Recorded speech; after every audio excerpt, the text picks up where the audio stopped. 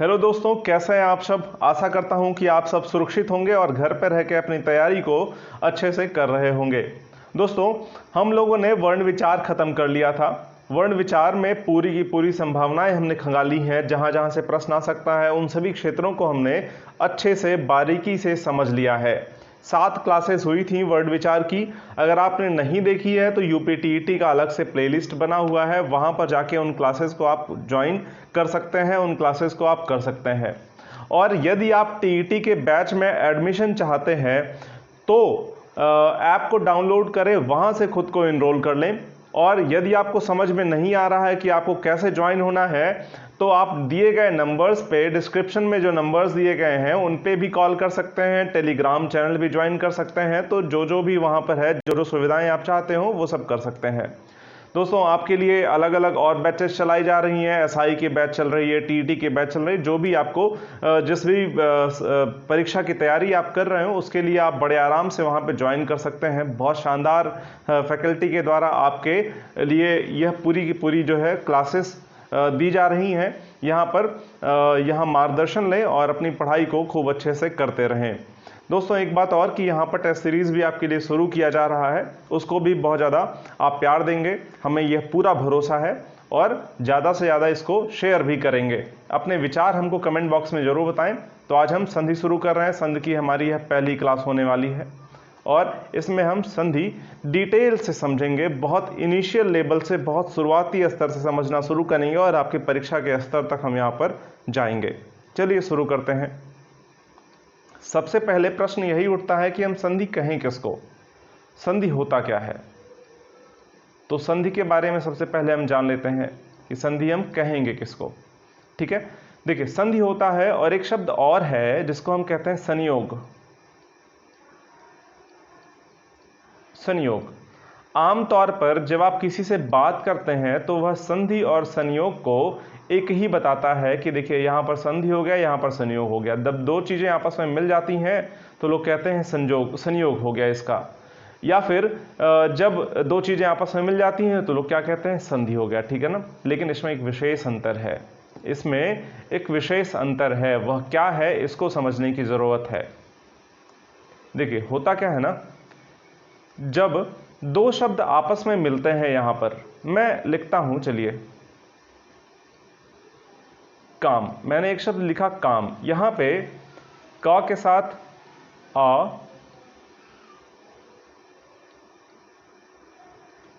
और मां का संयोग हुआ है। इसमें का के साथ आ का और मां का संयोग हुआ है। इस वजह से यहां पर का आ में यह सीधा सीधा काम लिख दिया गया। ठीक है ना, काम लिख दिया गया। ठीक है ना, आपको समझ में आ रहा है। यहां पर कोई परिवर्तन नहीं हुआ, उन सभी शब्दों को एक साथ जोड़ दिया गया, यह संयोग हो गया। ठीक है, इसमें किसी भी प्रकार का और कोई परिवर्तन नहीं हुआ। वर्णों में, वर्णों को हूबहू उठाकर इस तरह से लिख दिया गया। ठीक है ना।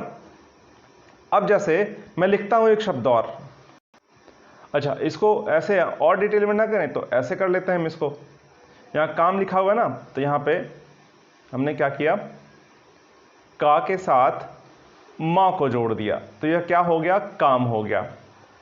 काम में का में आ जोड़ने से क्या इसके रूप में कोई परिवर्तन आया?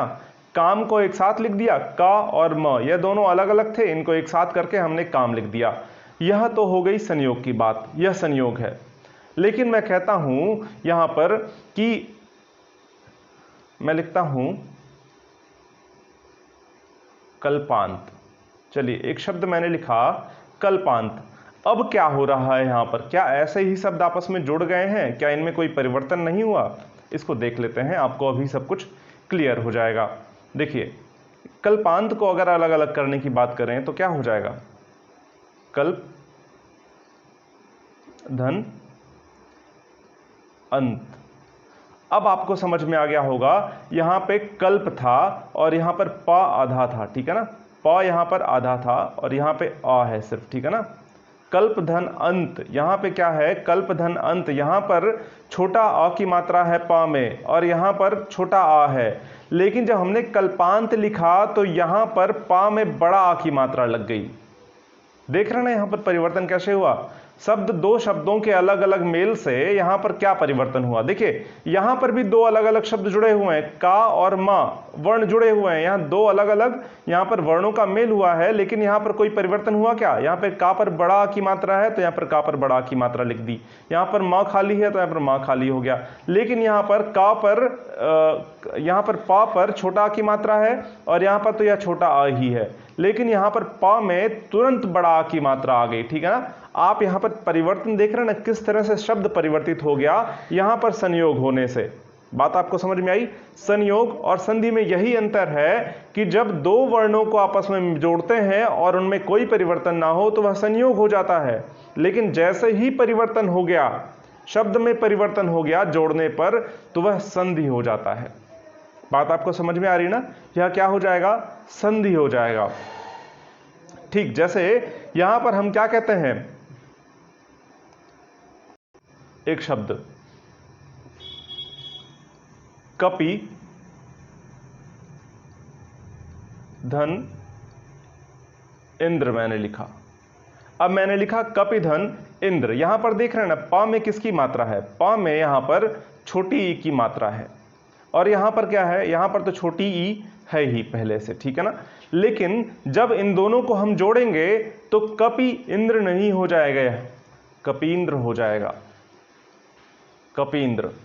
बात आपको समझ में आ रही ना, यहां पर तो छोटी की मात्रा है भाई, यहां पर भी छोटी की मात्रा है, लेकिन ये क्या हो गया, यहां पर तो पा में बड़ी की मात्रा जुड़ गई भाई, तो यही बड़ी की मात्रा क्या रूप में परिवर्तन कर रहा है ना, कपिधन इंद्र के शब्द में यहां पर रूप में परिवर्तन हो जा रहा है दो अलग अलग शब्दों के जोड़ने से। बात समझ में आ रही ना भाई, तो क्या हो रहा है, यहां पर कपींद्र हो जा रहा है, कपि और इंद्र के जुड़ने से यह कपींद्र हो जा रहा है, यहां पर संधि होगा। ऐसा क्यों होगा, क्योंकि यहां पर दो अलग अलग शब्दों के जुड़ने से रूप भी परिवर्तित हो रहा है, रूप भी परिवर्तित होगा तो वह संधि होगा, जहां रूप परिवर्तित नहीं होगा तो वह संयोग होगा। बात आपको समझ में आई, अरे समझ में आ रही ना बात आपको। जैसे आप इस तरह से कर सकते हैं, जैसे हम क्या करते हैं, घर बनाते हैं ना तो ईंटों को जोड़ते हैं आपस में, तो अलग अलग ईंटों को ऐसे साथ साथ में रखते हुए जाते हैं ना ऊपर ऊपर ऐसे, तो दीवार का निर्माण होता है। तो यहां पर क्या होता है, ईंटों का संयोग होगा कि ईंटों की संधि होगी, ईंटों की आपस में संधि होगी, क्योंकि यहां पर जब जुड़ रहा है ना तो उसका आकार भी बदल रहा है। ये देखिए दीवार बढ़ता चला जा रहा है, यहां पर संधि, संयोग नहीं। बात समझ में आ रही ना आपको। तो इस तरह से संधि और संयोग में आपको अंतर समझ में आ गया होगा, संधि और संयोग में क्या अंतर है। अब यह देखिए, यह पूरा का पूरा एक ब्लॉक की तरह दिखेगा, ठीक है ना, इसके रूप में परिवर्तन हुआ ना तो बात वही हो रही, ठीक है ना। ठीक, यह आपको समझ में आ गया होगा संधि और संयोग में क्या अंतर है। लिख भी लेते हैं संधि की परिभाषा अब हम, चलिए लिख लेते हैं संधि की परिभाषा। आप हेडिंग डालिए संधि।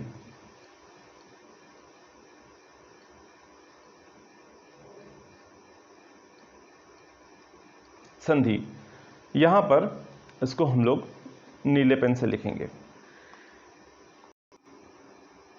दो वर्णों के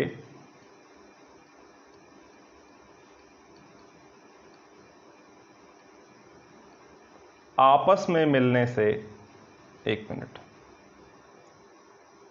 दो वर्णों के आपस में मिलने से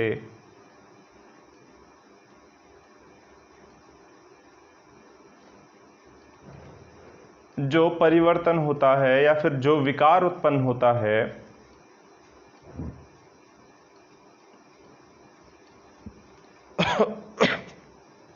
जो विकार उत्पन्न होता है उसे संधि कहते हैं। बोलो भाई, समझ में आया ना। संधि कहते हैं। बहुत आसान सी परिभाषा है, इसमें कोई भी रॉकेट साइंस नहीं है। क्या इसमें कोई इंजीनियरिंग है भाई, नहीं समझ में आ रहा है, बहुत आसान तो है, समझ में आ गया ना आराम से। तो हम संधि किसको बोलेंगे? जहां पर दो वर्ण आपस में मिल रहे हों लेकिन वहां पर क्या हो जा रहा है, यहां पर शब्द में परिवर्तन या फिर विकार उत्पन्न हो जा रहा है। एक और उदाहरण हम लोग ले लें, जैसे मैंने लिखा हिमालय, मैंने लिखा हिमालय। अब यहां पर देखिए मां में बड़ी की मात्रा है ना, यहां पर क्या है, हिमालय में मां में बड़ी की मात्रा है, लेकिन जब इसका संधि विच्छेद करते हैं, चलिए इसको अलग अलग लिखते हैं, तो क्या होगा, हिम प्लस आलय। अब देखिए यहां पर मां में तो बड़ी की मात्रा नहीं है, यहां पर बड़ा आ की मात्रा नहीं है ना, लेकिन यहां पर जब हिम और आलय आपस में जुड़ते हैं तो मां में यहां पर बड़ा आ की मात्रा हो जाता है और यहां पर आ जो है गायब हो जाता है। यह आ इसके साथ मिलकर यहां पर बड़ा आ की मात्रा बना देता है। बात आपको समझ में आ रही है ना किस तरह से यहां पर परिवर्तन हुआ, यहां पर शब्द के रूप में परिवर्तन उत्पन्न हो गया, आप समझ रहे ना। तो यह क्या कहलाएगा, संधि कहलाएगा, ठीक है ना। जैसे मैंने लिखा इत्यादि, मैंने लिखा इत्यादि। अब देखिए यहां पर क्या हो रहा है, यहां पर एक और जादू होगा, इति धन आदि। अब यहां पर देखिए, यहां पर ता पर छोटी की मात्रा थी लेकिन यहां पर ता आधा हो गया, यहां पर आ है और यहां पर या हो गया। आप परिवर्तन देख रहे हैं ना किस तरह से यहां जादू हुआ है। तो यही जादूगरी क्या कहलाता है, संधि कहलाता है।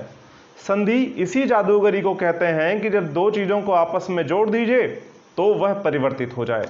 यह जो जादू हुआ है यही संधि है, ठीक है। बात आपको समझ में आ गई होगी। जहां पर भी ऐसा आपको दिखे संधि और संयोग में अंतर समझ में आ गया होगा, आप फर्क कर लेंगे, अब संधि किसको बोलेंगे और संयोग किसको बोलेंगे, ठीक है ना। तो चलिए अब यहां पर आपको मैंने बहुत सारे उदाहरण देकर समझा दिए कि संधि किसको कहते हैं, ठीक है ना। अब यह कितने प्रकार के होते हैं यह भी जान लेना जरूरी है, परीक्षा में यहीं से प्रश्न आते हैं। परीक्षा में ये थोड़े ना पूछेगा यहां पर संधि हो रहा है कि नहीं, यहां पर बताइए कि किस में संधि हो रहा है किस में नहीं, ऐसे नहीं पूछेगा। अब यहां पर आपसे प्रश्न बनना शुरू होगा, ठीक है ना। परीक्षक अगले पार्ट से आपसे प्रश्न बनाएगा, वह क्या है कि संधि के प्रकार, संधि के भेद, प्रकार नहीं होगा भेद होगा, ठीक है ना। संधि के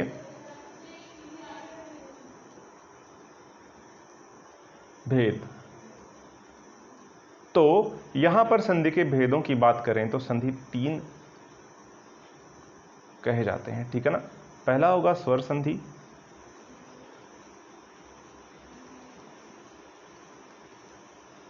दूसरा क्या होगा, स्वर के बाद क्या आता है, व्यंजन संधि, दूसरा क्या हो जाएगा, व्यंजन संधि। अब तीसरा क्या हो जाएगा, स्वर हो गया, व्यंजन हो गया, और क्या बचता है, विसर्ग बचता है ना, एक विसर्ग संधि। एक एक करके इन तीनों को समझेंगे। बहुत प्रश्न यहां से भी पूछे जाते हैं, यहां से भी पूछे जाते हैं और यहां से भी पूछे जाते हैं। तो प्रश्न यहां तीनों से पूछे जाने की संभावना है और बहुत अच्छी खासी संख्या में प्रश्न और बहुत बढ़िया प्रश्न यहां से अच्छे स्तर के प्रश्न पूछे जाते हैं। इस वजह से बहुत अच्छे से हमको इसको देखना है, एक एक करके बहुत आराम से इसको, बहुत ही शुरुआती स्तर से इसको समझते हुए चलना है, ठीक है ना। तो सबसे पहले हम शुरुआत करेंगे स्वर संधि से, उसके बाद व्यंजन देखेंगे, फिर हम लोग विसर्ग देखेंगे, ठीक है ना। आपको चीज़ें अच्छे से समझ में आ जाएंगी, ठीक है। आपको बस ध्यान से पढ़ते जाना है। अब स्वर संधि की बात करें तो इसके भी कई अलग अलग प्रकार हैं, जैसे दीर्घ संधि, वृद्ध संधि, यण संधि, तो बहुत सारे इसके प्रकार हैं, ठीक है ना। अयाद संधि अयाद संधि, तो सब इसके उदाहरण, इसके प्रकार हैं, उन सबको भी हम देखेंगे। सबसे पहले देख लेते हैं कि स्वर संधि किसको कहेंगे। तो अगला जो है हेडिंग हमारा क्या हो जाएगा, स्वर संधि का हो जाएगा, ठीक है ना। स्वर संधि, जब दो स्वर आपस में मिल रहे होंगे तो वहां पर जो संधि बनेगी वह क्या होगा, स्वर संधि होगा, ठीक है ना। दो स्वरों के मिलने, दो स्वरों के आपस में मिलने में जो भी शब्दों में विकार उत्पन्न होगा वह स्वर संधि कहलाएगा, ठीक है ना। परिभाषा लिख लीजिए, दो स्वरों के, आशा करता हूं कि आपको स्वर समझ में आ गया होगा कि स्वर कहते किसको हैं। किसी को परेशानी है क्या भैया स्वर किसको कहते हैं? स्वर समझ में आता है ना किसको कहते हैं? मैंने पिछली क्लास में ही तो बताया अभी आपको, अभी एकदम ताज़ा ताज़ा है, उसको भूलिएगा नहीं, स्वर किसको कहते हैं।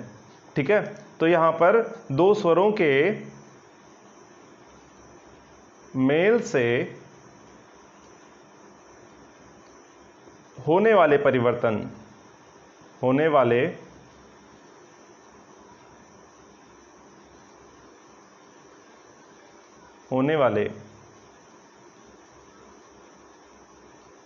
परिवर्तन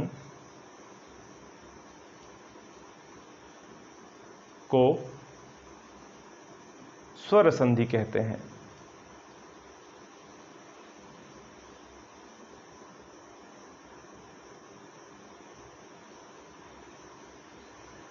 भाई समझ में आ रहा है ना?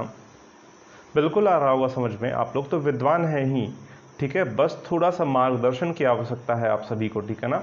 और मैं यहाँ तो बहुत इनिशियल लेवल से पढ़ाता हुआ चल रहा हूँ, बहुत शुरुआती स्तर से यहाँ से मैं आपको बता रहा हूँ, तो चीज़ें आपको समझ में आ रही होंगी, ऐसी पूरी उम्मीद है। यदि आपको कहीं पर भी समस्या हो रही हो तो मैं बार बार कहता हूँ आपसे कि निसंकोच प्रश्न कर सकते हैं, कभी भी प्रश्न कर सकते हैं, चाहे जैसा प्रश्न कर सकते हैं, जो भी आपको ना समझ में आया हो। ठीक है, बिल्कुल आपको ये नहीं डरना है कि ये कोई क्या कहेगा, कैसे जो है यह प्रश्न पूछ लिया, यह तो बहुत बेकार सा प्रश्न है, इसको इतना नहीं आता है। तो प्रश्न करना सीखिए। सीखने का, अधिगम का सबसे बढ़िया तरीका है प्रश्न करना। ठीक है ना, तो प्रश्न होता रहना चाहिए। प्रश्न के बिना तो भैया कुछ नहीं हो सकता है, प्रश्न तो करना ही पड़ेगा। आपके प्रधानमंत्री मुख्यमंत्री से प्रश्न ना हो तो क्या वहाँ काम होगा? आपके नेता लोगों से प्रश्न तो मीडिया करती ही है ना, तो प्रश्न सभी से होना चाहिए। ठीक है ना, कुछ भी अच्छा करने के लिए सबसे पहला काम है प्रश्न, चाहे वो आपके दिमाग में उठ रहा हो या आप किसी से कर रहे हों। ठीक है ना, तो ये बहुत ज़रूरी है। और पढ़ते वक्त प्रश्न उठना चाहिए आपके दिमाग में, अगर नहीं उठता तो कुछ ना कुछ लोचा है आपके दिमाग में। ठीक है ना, उसको ठीक करने की आवश्यकता है, उसको ठीक करिए और बहुत सारे प्रश्न करिए। ठीक है ना, स्वर संधि, दो स्वरों के मेल से होने वाले परिवर्तन को हम क्या बोलेंगे? स्वर संधि बोलेंगे। ठीक है ना, अब समझ लेते हैं कि यह परिवर्तन कैसे, एक उदाहरण ले लेते हैं। अभी मैंने थोड़ी देर पहले आपको एक उदाहरण दिया भी था, ठीक है, उसी को ले लेते हैं। मैंने लिखा था हिम धन आलय। मैंने क्या लिखा? हिम धन आलय। यहां पर आप देख रहे हैं ना, मां में क्या कोई स्वर है? बिल्कुल है। कौन सा स्वर है? छोटा आ का स्वर है। ठीक है ना, और यहां पर तो बड़ा आ है ही पहले से। ठीक है ना, बड़ा आ यहां पर पहले से ही है। अब यहां पर देखिए, मां में जो छोटा आ लगा हुआ है और यह बड़ा आ आपस में मिल रहे हैं ना, यहां पर जब इसको जोड़ा जाएगा, आपस में ऐसे जोड़ देंगे हम हिम और आलय को, तो कौन कौन जुड़ेगा? सबसे पहले यह आ जुड़ेगा और यह बड़ा आ जुड़ेगा, और यह क्या बना देगा? इससे क्या बनेगा? हिमालय। ठीक है ना, यह क्या हो गया? हिमालय हो गया। ठीक है ना, अब यहाँ पे छोटा आ और बड़ा आ मिलकर क्या एक बड़ा आ का निर्माण किए, और वह बड़ा आ किसके साथ जुड़ गया? माँ के साथ जुड़ गया। बोलो भाई, समस्या कोई? बिल्कुल नहीं। मुझे पता है कि आपको कोई समस्या नहीं हो रही, आप अच्छे से इसको समझते हुए चल रहे हैं। ठीक है ना, तो हिमालय हो गया। ठीक है ना, यहां पर क्या हुआ? परिवर्तन हुआ ना, मां पर आ की मात्रा लग गई, तो यह क्या कहलाएगा? स्वर संधि कहलाएगा। यह क्या कहलाएगा? स्वर संधि कहलाएगा। मैंने एक मान लिया, एक और शब्द में लिखता हूं, मुनि धन इंद्र। ठीक है, अब यहां पे ना पर छोटी की मात्रा है और यहां पर ई भी छोटी ई है। ठीक है ना, यहां पर ये वाला भी ई छोटा ई है। ठीक है ना, अब इसको जब जोड़ेंगे संधि होगा तो यह छोटी ई और यह छोटी ई मिलकर आपस में बड़ी ई बना देंगे। ठीक है ना, और यह बड़ी ई जब बन गया तो क्या हो जाएगा? मुनीन्द्र। ये देखिए, ना में बड़ी ई की मात्रा अब हो गई। ठीक है ना, तो जब ना में बड़ी ई की मात्रा हो गई तो यह क्या हो गया? मुनीन्द्र हो गया। और यही परिवर्तन, यही जादू क्या कहलाएगा? संधि कहलाएगा। और स्वरों में होने वाला यही जादू स्वर संधि कहलाएगा। बात आपको आई समझ में? स्वरों में होने वाला यही परिवर्तन स्वर संधि कहलाएगा। बहुत अच्छे से आ गया समझ में, मुझे पता है। ठीक है, अब हम देखते हैं कि स्वर संधि के कितने प्रकार हो सकते हैं। ठीक है ना, कितने प्रकार से स्वर आपस में जुड़ सकते हैं। अलग अलग प्रकार हो सकते हैं। स्वर जब 11 ठो हैं तो अलग अलग प्रकार होंगे ना कि स्वर कैसे आपस में जुड़ रहे हैं। स्वर संधि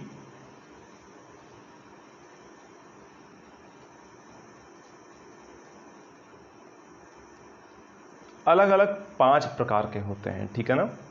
पहला होता है दीर्घ संधि।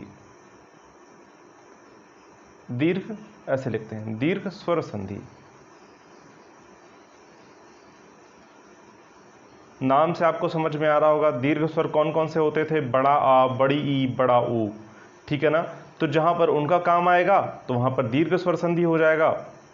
और यहां पर दूसरा क्या हो जाएगा हमारा, दीर्घ संधि के बाद क्या हो जाएगा हमारा, गुण संधि। गुण स्वर संधि ऐसे लिखें, गुण स्वर संधि। तीसरा क्या हो जाएगा, अब थोड़ा सा आगे बढ़ेंगे तो क्या हो जाएगा, वृद्धि संधि, वृद्धि स्वर संधि। रे स्वर संधि, ठीक है। अब जब थोड़ा और आगे बढ़ेंगे ना तो इसके प्रकार में तो क्या हो जाएगा, यण संधि, यण स्वर संधि। सब अभी देखते हैं डिटेल में। और अगला क्या हो जाएगा हमारा, यहां पर नीचे लिख लेते हैं इसको, अयादि संधि। डिटेल में सबको देखते हुए चलेंगे। अयादि स्वर संधि। अब आप एक काम करिए, एक एक करके सभी को समझते हुए चलिए और लिखते हुए चलिए, ठीक है। तो चलिए शुरू करते हैं। अब हम सबसे पहले कौन सा पेन लें, ब्लैक लेते हैं। चलिए शुरुआत करते हैं। पहला कौन सी संधि, दीर्घ, दीर्घ संधि से, ठीक है ना। दीर्घ संधि। देखिए मैंने आपको दीर्घ स्वर बताया था, जब हम लोग वर्ण विचार पढ़ रहे थे तो मैंने आपको बताया था कि जो दीर्घ स्वर होते हैं ना, दीर्घ स्वर ऐसे स्वर को कहते हैं जिनको हम लोग बोलते हैं तो ज़्यादा समय लगता है। ऐसे कौन कौन से हैं, बड़ा आ, बड़ी ई और बड़ा ऊ, यह तीनों क्या हैं आपके दीर्घ स्वर हैं, ठीक है ना। और इन्हीं के मदद से क्या बनता है, दीर्घ संधि होता है, ठीक है ना। जब यह जो है कहीं पर भी दीर्घ आ बन रहा होगा संधि के बाद, जब दीर्घ ई बन रहा हो या फिर दीर्घ ऊ बन रहा हो तो क्या हो जाएगा, वह दीर्घ संधि। निसंकोच तब वहां पर जहां पर भी बड़ा आ, बड़ी ई दिख रहा हो आपको क्या करना है, वहां पर दीर्घ संधि टिक कर देना है, ठीक है ना। बिना किसी संकोच के, बिना किसी डर के आपको वहां पर दीर्घ संधि टिक करके आ जाना है। चलिए देखते हैं, पहले उदाहरण देखेंगे फिर परिभाषा लिखेंगे, ठीक है। जैसे मैंने एक उदाहरण लिखा यहां पर कि अभी जैसे मैंने पहले ही बताया ना आपको, कपींद्र, कपि धन इंद्र। अब यहां पर देख रहे हैं ना, यहां पर पा में क्या है, छोटी की मात्रा है ना, छोटी ई की मात्रा है। और यहां पर क्या है, यहां पर भी छोटी ई की मात्रा है। अब यह दोनों आपस में जब मिलते हैं तो क्या बनाता है, बड़ी ई की मात्रा। और बड़ी ई बोलो भाई दीर्घ है कि नहीं, बड़ी ई दीर्घ है ना। जब बड़ी ई दीर्घ है तो यह क्या हो जाएगा, कपींद्र हो जाएगा, कपींद्र। और यह क्या हो जाएगा, दीर्घ संधि हो जाएगा ना, यह क्या हो जाएगा, दीर्घ संधि हो जाएगा, क्योंकि दो छोटी ई आपस में मिलके बड़ी ई बन गई, ठीक है ना। दो छोटे छोटे भाई थे वो आपस में बहुत बड़े हो गए, ठीक है ना। बड़े भाई तो नहीं हो सकते वो दोनों, ठीक है ना। तो दो छोटे जो हैं कम ताकतवर लोग आपस में जब मिले तो वह बड़ा जो है ताकत बनकर निकले, ठीक है ना। तो इसी तरह से दो छोटी ई आपस में मिली और वह बड़ी ई हो गया। जब दो छोटे आ आपस में मिलेंगे तो बड़का आ बन जाएगा, जो छोटका ऊ मिल जाएंगे तो बड़का ऊ बन जाएगा, ठीक है ना। तो कुछ करना नहीं है आपको, ठीक है ना। जहां पर भी ऐसा हो रहा होगा या फिर छोटा ऊ और बड़ा ऊ एक छोटा ऊ और एक बड़ा ऊ मिल गया, एक छोटा आ और एक बड़ा आ मिल गया, एक छोटी ई या एक बड़ी ई मिल गया। ठीक है, अगर ऐसा भी कंडीशन हो रहा हो या फिर दो छोटा आ या फिर बड़ा आ और बड़ा आ ही मिल गया, बड़ा ऊ और बड़ा ऊ, भैया इससे बड़ा तो कुछ नहीं होगा ना, ये बड़का ही रहेगा ना, बड़ा आ और बड़ा आ मिलकर बड़ा आ ही बनाएगा। अरे इससे बड़ा क्या, मतलब एक्स्ट्रा बड़ा आ थोड़ा ना बना देंगे आप, बड़ा आ और बड़ा आ मिलकर बड़ा आ ही बनाएगा ना। और जहां पर बड़ा आ बना वहां पर क्या हो जाएगा, दीर्घ आ जैसे ही बना आपने कह दिया दीर्घ संधि। बड़ा ऊ और बड़ा ऊ मिलकर दीर्घ ऊ का निर्माण करेंगे या बड़ा ऊ का ही निर्माण करेंगे ना, तो वहां तो जैसे ही बड़ा ऊ बना वहां पर आपने तुरंत बोल दिया दीर्घ संधि हो जाएगा। कपींद्र आपने समझ लिया। इसी तरह से एक और शब्द लिखते हैं, मान लिया मैंने लिखा मुनींद्र। चलिए मुनींद्र तो अभी आपने देख लिया, एक नया शब्द हम लोग देख लेते हैं। जैसे मैंने लिखा देव धन आलय। अब देखिए वा में छोटा आ की मात्रा है और आ में यहां पर क्या है, बड़ा आ है। अब यह दोनों आपस में जब मिलेंगे तो देवालय हो जाएगा, देवालय। ठीक है ना, यहां पर बड़ा आ हो गया, यह छोटा आ और यह बड़ा आ आपस में मिलकर बड़ा आ बन गया। ठीक है ना, यह क्या बन गया, बड़ा आ बन गया। यह दोनों आपस में मिलकर बड़ा आ बन गया और वह बड़ा आ कहां पर, वा पे लग गया और यह वा क्या हो गया, बड़ा आ, बड़ा वा के साथ आ लग गया, वा हो गया। ठीक है ना, तो देवालय हो गया, यह देवालय। बात आपको समझ में आ रही है मैं क्या कह रहा हूं। अब जैसे क्या हो, यहां पर मैंने लिखा एक शब्द कोई आप चूज करिए जहां पर क्या हो रहा हो, दीर्घ स्वर बन रहा हो। चलिए मैंने लिखा, रंग बदल लेते हैं पहले, पेन का रंग, भाई अपना रंग क्यों बदलेंगे हम, वैसे भी आदमी रंग बदलता ही है। ठीक है ना, फिर भी हम रंग नहीं बदल रहे। मैंने लिखा भानु, चलिए ऐसे लिखते हैं इसको, भानुदय। मैंने लिखा भानुदय यानी कि सूर्य उदय। भानु मतलब क्या होता है, सूर्य होता है ना, भानु का उदय, सूर्य उदय। ठीक है ना, तो भानुदय यहां पर लिखा हुआ है, ना पर बड़ा ऊ की मात्रा यहां पर है, ना पर क्या है, बड़ा ऊ की मात्रा है। ठीक है ना, अब इसको तोड़िए आप, चलिए दो अलग अलग शब्दों में लिखिए तो क्या हो जाएगा, भानु और उदय। अब यहां पर आपको समझ में आ रहा है कि नहीं, ना पर छोटा ऊ की मात्रा, यहां पर कौन सा स्वर है, छोटा ऊ, और यहां पर भी छोटा ऊ है। अब यह दोनों आपस में जब मिल रहे हैं तो यह क्या हो रहा है, बड़ा ऊ, भानुदय। यहां पे ना पर बड़ा ऊ लग गया ना, भाई समझ में आ रहा है कि नहीं। और जैसे ही बड़ा ऊ लगा तो दीर्घ स्वर संधि हुआ कि नहीं, बोलो भाई समझ में आया, समझ में तो आ ही गया होगा। ठीक है ना, और दो चार उदाहरण से आपको इसको समझा देता हूं मैं। चलिए एक और उदाहरण इसका हम देख लेते हैं। एक शब्द लिखता हूं, सत्याग्रह। सत्य के लिए किया जाने वाला आग्रह। ठीक है ना, सत्य के लिए किया जाने वाला आग्रह क्या कहलाता है, सत्याग्रह। अब इसको तोड़िए, सत्य और क्या हो जाएगा, आग्रह। ठीक है ना, यहां पर या में क्या है, छोटा आ, और आ तो बड़ा आ है ही। यह दोनों जब आपस में मिल रहे हैं तो क्या हो रहा है, बड़ा आ बन रहा है ना, और यह बड़ा आ बना तो क्या हो गया, सत्याग्रह। या में बड़ा आ की मात्रा, और जैसे ही बड़ा आ की मात्रा यानी कि दीर्घ आ लगा तुरंत दीर्घ संधि, बिना कुछ सोचे समझे क्या हो गया, दीर्घ संधि हो गया। बात आपको समझ में आई, बिल्कुल आई। अब इसकी परिभाषा लिख लेते हैं, बहुत सारे उदाहरणों से हमने इसको समझ लिया। ठीक है ना, अब इसकी परिभाषा लिख लीजिए, वहां पर और अच्छे से क्लियर हो जाएगा। ना समझ में आया हो तो आप निसंकोच पूछिएगा, कोई भी प्रश्न आप यहाँ पे पूछ सकते हैं कभी भी। ठीक है ना, तो जुड़ जाइए, बस हमसे जुड़ जाइए और आपको हिंदी तो मैं एकदम से शानदार पढ़ा दूंगा। यहाँ पे जो पूरी टीम है ना वो सब आपके लिए डेडिकेटेड है और बहुत ही शानदार टीम है जो आपको यहाँ पर अलग अलग विषय पढ़ा रही है, चाहे वो प्रिंस सर हों, चाहे वो गगन सर हों, चाहे आलोक सर हों, सभी यहाँ पर आपको बहुत शानदार तरीके से बताएंगे चीज़ों को और आप अच्छे से वहाँ पर चीज़ों को समझते हुए भी चलेंगे। ठीक है ना, तो यहाँ पर दीर्घ संधि की हम परिभाषा लिख लेते हैं सबसे पहले। ऐसे चुटकियों में आप अब संधियां करने लगेंगे। बिल्कुल, लिख लीजिए, दो समान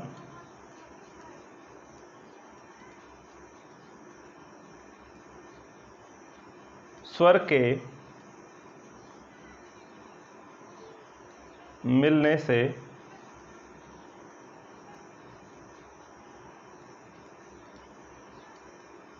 वे नहीं, वह लिखिए,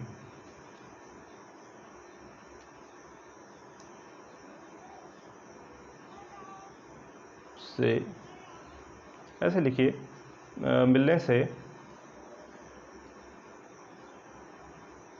दो समान स्वर के मिलने से उनका रूप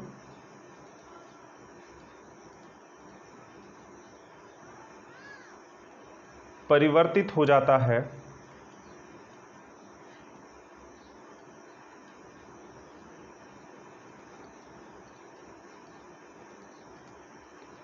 और वह दीर्घ हो जाता है। दीर्घ हो जाता, रूप परिवर्तन के बाद क्या हो जाएगा? दीर्घ। जैसे छोटा आ और छोटा आ ये आपस में मिले तो यह बड़ा आ बन गया, ठीक है ना। और जैसे छोटा आ और बड़ा आ आपस में मिले तो यह दो समान स्वर है ना, तो यह क्या हो जाएगा? एक सजातीय है भाई, मैंने आपको वर्ण विचार में पढ़ाया था ना, यह सजातीय स्वर है, एक ही जाति का स्वर है, ठीक है ना। तो सवर्णिक स्वर भी कहते हैं, सजातीय स्वर भी कहते हैं। तो यह दोनों आपस में मिले तो भी यह बड़ा आ हो जाएगा, तो दीर्घ हो गया ना। यहाँ पर दो समान स्वरों के मिलने से यह दीर्घ हो गया ना, तो यह दीर्घ हो गया तो यह दीर्घ संधि हो जाएगा। परिभाषा आपको समझ में आई कि नहीं? मैं ही पूछ रहा हूं और मैं ही कह रहा हूं कि हाँ समझ में आ गई। आप लोग भी बताइएगा कमेंट में कि आपको समझ में आ रहा है या नहीं, ठीक है। तो वह क्या हो जाता है? दीर्घ हो जाता है, और इसी को हम क्या बोलते हैं? दीर्घ संधि बोलते हैं। इसका एक संस्कृत में सूत्र भी है, अकः सवर्णे दीर्घ।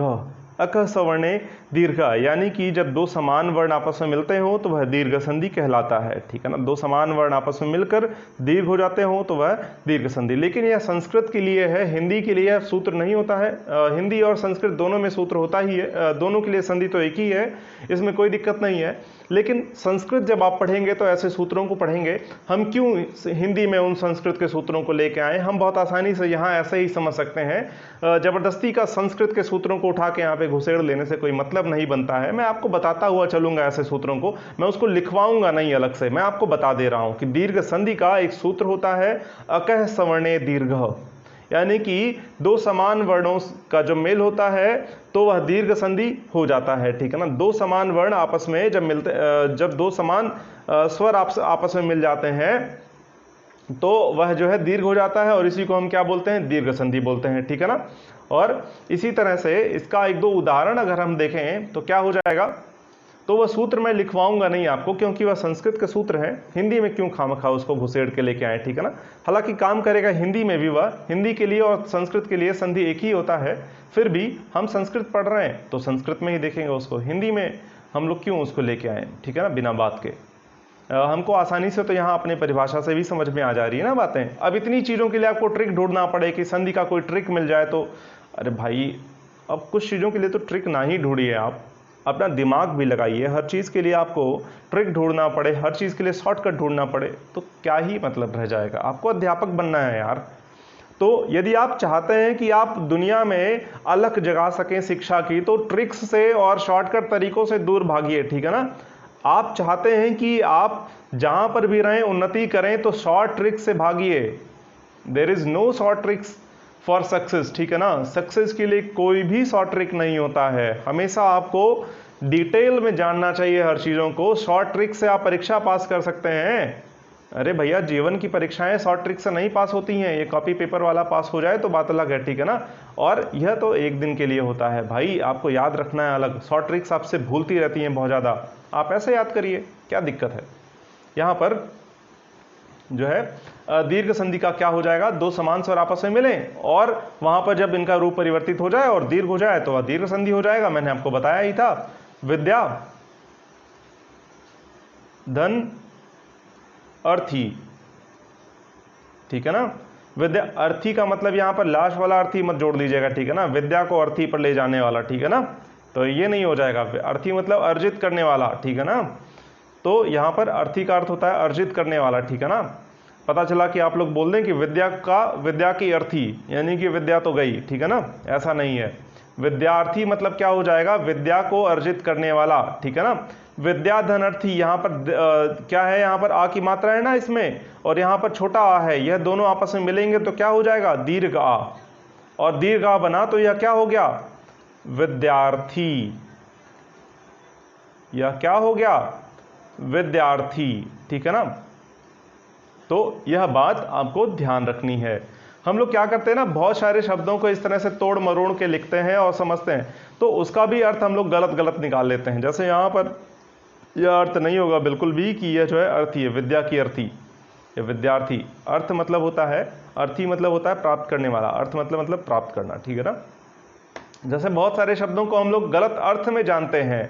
जैसे एक शब्द है सौभाग्य, आप सौभाग्य बोलते हैं, ओहो आप आइए मेरे घर में, यह मेरा सौभाग्य है कि आपसे मिलना हुआ, ऐसे आप बोलते हैं अपने मित्रों से, अरे मेरा सौभाग्य कि आप जैसा मित्र मिला, मेरा सौभाग्य कि हम जो है टीईटी की तैयारी कर रहे हैं, मेरा सौभाग्य कि मैं अध्यापक बन गया। आप बोलते ही रहते हैं ऐसे शब्दों को बार बार, ठीक है ना।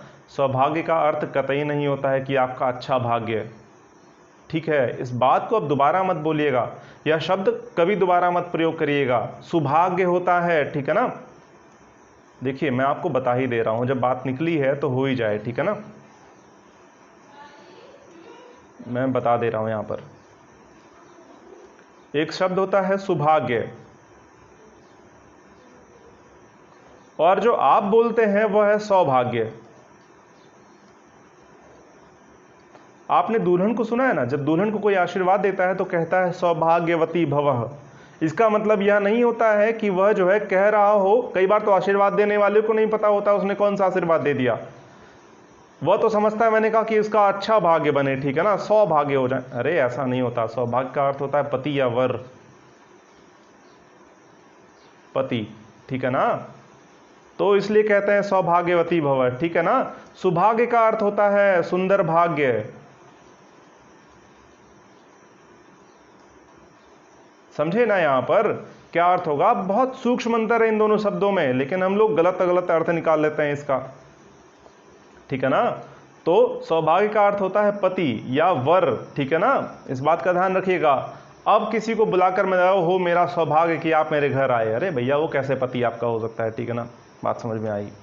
तो एक बार पंत जी और निराला जी ये बैठे हुए थे, ठीक है ना, कवि सम्मेलन में किसी, और दोनों लोग आपस में चर्चा कर रहे थे कि हमारा सौभाग्य है कि हम पंत जी को सुनने जा रहे हैं। निराला जी ने यह बात कही पंत जी के अगवानी में, जब वह मंच पे चढ़े कविता पढ़ने के लिए, कि हमारा सौभाग्य है कि हम पंत जी को सुनने जा रहे हैं। तो पंत जी ने तुरंत टोका था उनको इस बात पर। उन्होंने कहा कि हमारा सौभाग्य नहीं है, यह आपका सौभाग्य हो सकता है, आपके बाल भी लंबे हैं, आप स्त्री की तरह दिखते भी हैं, ये मेरा सौभाग्य नहीं है। भैया आप मेरे पति नहीं है, ठीक है ना, मैं हो सकता हूँ आपका, आप लड़की की तरह दिखते भी हैं, बड़े बड़े लंबे लंबे बाल हैं। तो समझ में आया, अरे ये तो गलत है, सौभाग्य तो सौभाग्य नहीं, सुभाग्य होना चाहिए वहां पर, ठीक है ना। अहोभाग्य कह दीजिए, सुभाग्य कह दीजिए, सौभाग्य नहीं। बात समझ में आई ना आपको। तो यह अंतर भी हो गया। चलिए दीर्घ संधि हमने देख ही लिया, हमने भरपूर उदाहरण भी देख लिए दीर्घ संधि के, ठीक है ना। अब हम लोग देख लेते हैं एक दो उदाहरण और इसका देख लें क्या हम।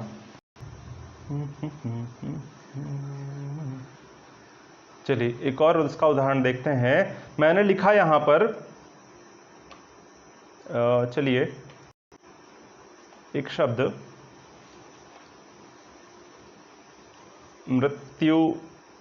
मृत्युपरांत, यानी कि मृत्यु के उपरांत, मृत्यु के बाद। अब इसका संधि विग्रह कर दीजिए, संधि विच्छेद कर दीजिए, क्या हो जाएगा। मृत्यु और उपरांत, ठीक है ना। यहां पर या में छोटा ऊ है ये, और यहां पर भी छोटा ऊ है। यह दोनों जब आपस में मिले तो मृत्युपरांत, यहां पर या पर बड़ा ऊ की मात्रा हो गई, ठीक है ना, और यह क्या हो गया, ऊ हो गया, ठीक है ना, मृत्युपरांत हो गया, ठीक है ना। तो यहां पर आपको समझ में आया ना, दो छोटा ऊ के मिलने से एक बड़ा ऊ का निर्माण हुआ तो दीर्घ संधि हो गया कि नहीं भाई, यह दीर्घ संधि हो जाएगा ना। तो मैंने कहा एक और शब्द, चलिए एक और शब्द लिखते हैं, मैंने लिख दिया यहां पर जानकी में ईश जोड़ दिया। अब यहां पर देखिए बड़ी ई और बड़ी ई आपस में जुड़ गए, ठीक है ना। तो क्या हो जाएगा जानकीश, अर्थात कौन, भगवान राम। तो जानकीश हो गया अर्थात कौन, भगवान राम, ठीक है। तो यहां पर जानकी के ईश, यहां पर बड़ी ई की मात्रा हो गया ना, यहां पर जुड़ गया बड़ी। इसमें वैसे कोई परिवर्तन तो नहीं हुआ, यहां पर बड़ी ई और बड़ी ई मिलकर बड़ी ई बन गया, ठीक है ना। तो यह बड़ी ई रह गया, ठीक है ना। तो यह जानकीश हो गया। और एक दो लिख लें, जैसे एक और उदाहरण लिख लीजिए, नारी धन ईश्वर, कौन, नारीश्वर, नारीश्वर। नारीश्वर कौन है, नारीश्वर भगवान शिव को कहते हैं, ठीक है ना।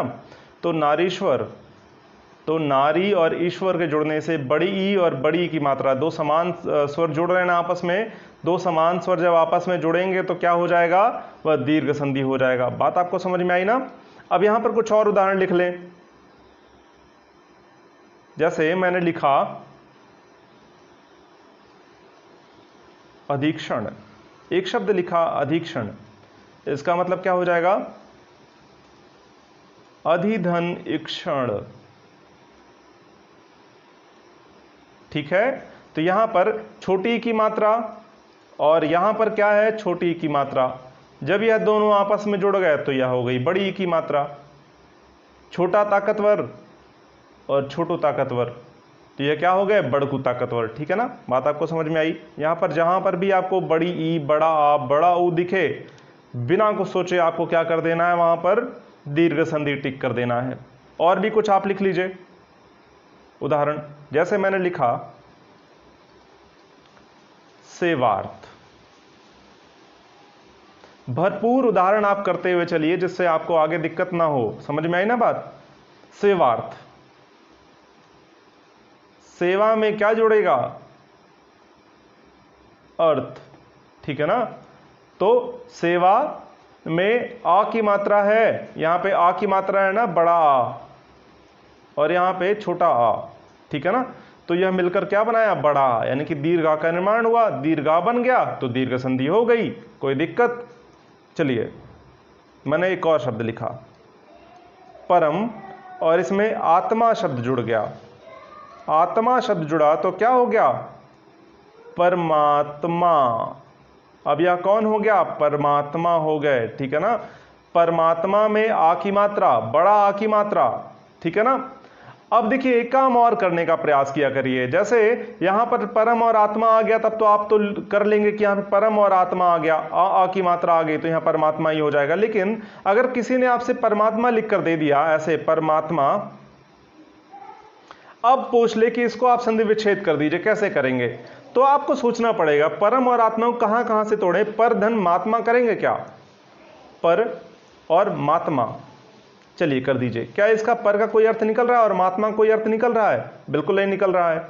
जब अर्थ ही नहीं निकल रहा है तो क्या ऐसा टूटेगा, या बिल्कुल नहीं टूटेगा भाई। आप ऐसा तोड़िए कि जिसका जो है अर्थ निकले। अब लिख दीजिए, जैसे परम, पर धन महात्मा से कोई अर्थ नहीं निकला, चलिए हम लिख देते हैं परमाधन तमा। क्या इसका कोई अर्थ निकल रहा है, बिल्कुल नहीं निकल रहा है। अगर इसका कोई अर्थ नहीं निकल रहा है तो यह भी नहीं होगा इसका संधि विच्छेद। अब एक काम करिए, एक बार आप इसको परम धन आत्मा करके देखिए, परम धन आत्मा। अब इसमें जो मां में आ लगा था ना, उसको एक बार अलग करके आप देखिए, तब इस दोनों के अर्थ निकल रहे हैं। और जब इन दोनों के अर्थ निकले तो यही इसका संधि विच्छेद हो जाएगा। सही संधि विच्छेद इसका क्या हो जाएगा, अभी बहुत सारे प्रैक्टिस में कराऊंगा, वहां पर मैं बताऊंगा इसका संधि विच्छेद। अभी तो हम संधियों को समझ लेना, आगे मैं आपको बताऊंगा कैसे संधि विच्छेद करते हैं, ठीक है ना। संधि पढ़ लें तब तो संधि विच्छेद पढ़ें। संधि विच्छेद में मैं आपको अच्छे से समझाऊंगा कैसे संधि विच्छेद करते हैं। बिल्कुल भी निश्चिंत रहिए कि कैसे जो है संधि विच्छेद हम करेंगे, ठीक है ना। जैसे कुशासन, मैंने एक शब्द लिखा कुशासन, ठीक है ना। तो कुश का शासन, जहां पे कुश ने शासन किया था उसको कुशासन, ठीक है ना।